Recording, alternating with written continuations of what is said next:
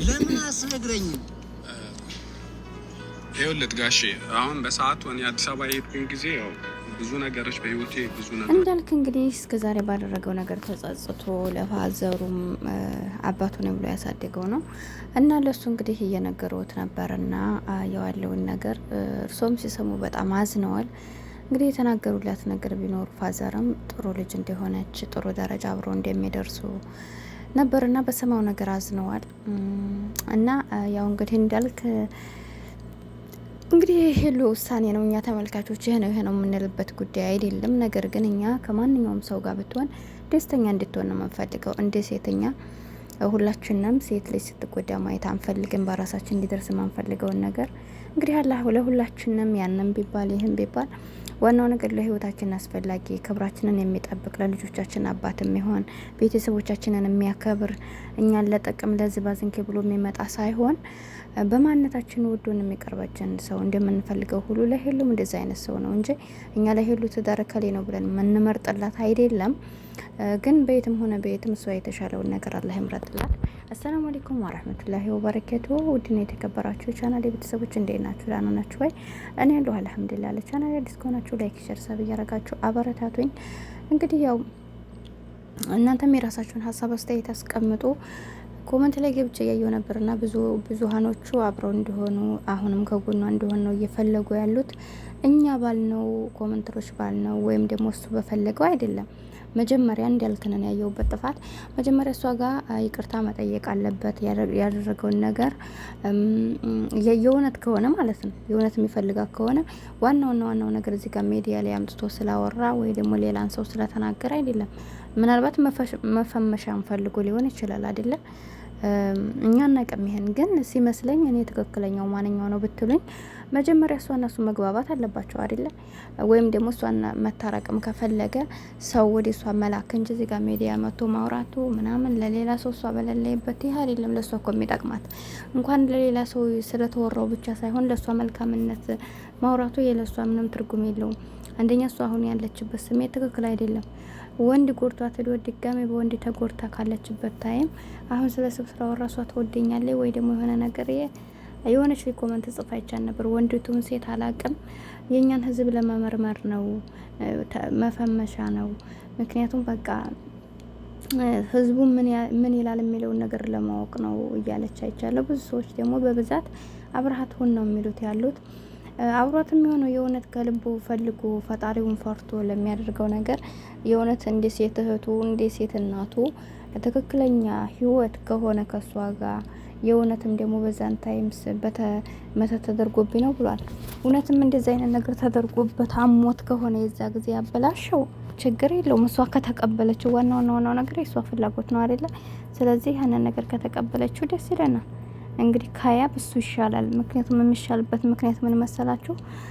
አንድ ለአንድ እሷን በዛን ታይም ላይ እንግዲህ እኛ ባይነገረንም በገሀድ የወጣ ነገር ወይ ደግሞ በሄሉ ላይ የደረበው ሴት አልነበረም። አይታችኋል። ያው እኛ በዛ አይደለም የተጣሉበት ምክንያት ምን እንደው ባናቅም ግልጽ አድርገው ባይነግሩንም ቢሆንም ግን እንደ ያብ እንደዚህ የወጣ ነገር ሌላ ሴት ከጎኑ አስቀምጦ ሌላ ህይወት ሳይጨርስ መጥቶ አይደለም ሄሉን የረበሻት። ስለዚህ ከያብ እሱ ይሻላል ብዬ አስባለሁኝ። ግን ቢሆንም አሁንም እሱ የመጣበት አላማ ቻናሉን ለማንቀሳቀስ እንደው ዝም ብሎ አለ ጥሩን አለ ማለት ዝም ብሎ ለማውራት ከሆነ ይህ አስፈላጊ አይደለም። ምክንያቱም መጫወቻ አይደለም። እዚህ ጋር ስሜት እኮ ነው አይደለ? ህይወት ነው እንጂ ይሄ ዝም ብሎ ተራ ነገር አይደለም። ወይም ደግሞ እሱ መፈመሻ ብቻ አይደለም። የነሱ መፈመሻን ብትሆንም እንኳን ማለትም እሷን እየጎዷት አይደለም እነሱ ሊፈምሱ የሚገባው። እሷ ምርጥ ልጅ ናት። እንኳን ለነሱ ለምትወዳቸው ሰውና ለሌላም ሰው ቢሆን እኔ ሁሉንም ሰው ነው ሸር ስታረግ ማያት። ከሁሉም ሰው ጋር ትግባባለይ። ውስጧ ተንኮል የለውም። ጥሩ ልጅ ናት። ገብቷችኋል? ስለዚህ እንደዚህች አይነትን ሰው ደግሞ ዝም ብሎ አፋውን እያበላ የመጠቀሚያ ወይ ደግሞ እየተጠቀሙባት ከሄዱ በኋላ የሚጎዷት አይነት አይደለም። የማስመሰል ህይወት ካልሆነ ደስ ይላል። ያ ማለት ደግሞ እንደነገርኳችሁ ኮመንተሮችም ሆነ እኔ አይደለንም የሷን ህይወት የምንወስነው። ግን እንደ እይታ እንዳልክ እውነት በሰዓቱ ላይ ነገሮችን ያበላሸው አሞት ከሆነ ማሰብ አልችል ብሎ ከሆነ አሁን ላይ ደግሞ ተጻጽቶ በቃ እሷን ክሳት አለው የልጆች እናት መሆን ትችላለች፣ እኔም የልጆች አባት መሆን እችላለሁ፣ ተጋብተን ልጆች ወልዳለሁ ብሎ ነው የጻፈው እንግዲህ እዛ ላይ። ስለዚህ የእውነቱ ከሆነ እንግዲህ ሄሉ ሻንትን ካላይ ካያብ ያነ ይሻላል ብዬ አስባለሁ። በእርግጥ ሌላም ሰው እንግዲህ በህይወቷ ሊኖር ይችላል። ካሁን በኋላም ቀስ ብዬ እረጋጋለሁም ልትል ትችላለች። ልውል ጋር መሆናለሁ ብላ ልታስብ ትችላለች። እንግዲህ እሷ ናት የምታውቀው። ይሄ ነው የምንላ አንችልም።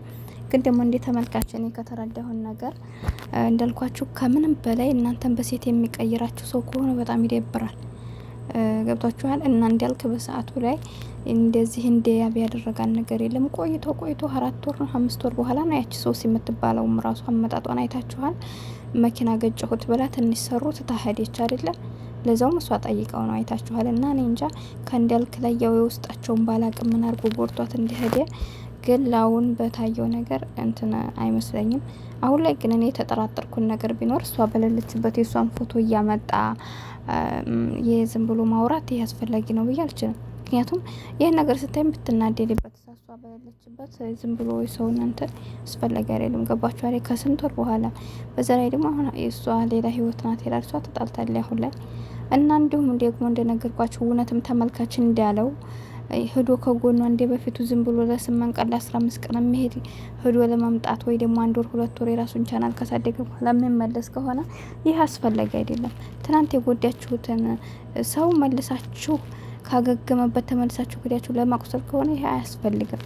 የሆነ ትዳር ከሆነ የሚፈልጋት እንግዲህ ከሷ ፍላጎት ጋር እንደዛ ከሆነ ችግር የለውም። ግን አሁንም ዝም ብሎ እንደዛኛው በምንም ምክንያት ወይ ደግሞ እሷ ስትወደው እሷ ለሱ ቦታ ሲኖራት ትቷት የሚሄድ ከሆነ ባለበት አርፎ ቢቀመጥ የተመረጠ ነው ብዬ አስባለሁ። ለምን እኔ ተናድጃለሁ። እንዴት ተናደድኩ ታውቃላችሁ?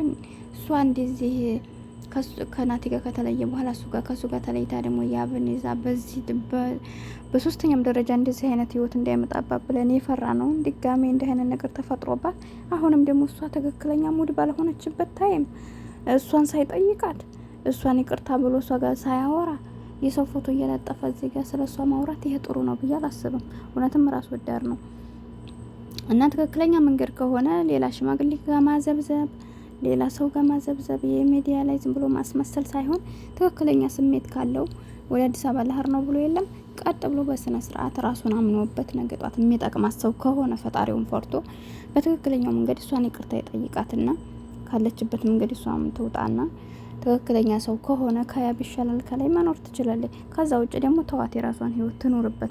የሰው ልጅ ግዴታ ከባል ጋር ብቻ እኮ አይደለም ህይወትን የሚኖረው አይደለም።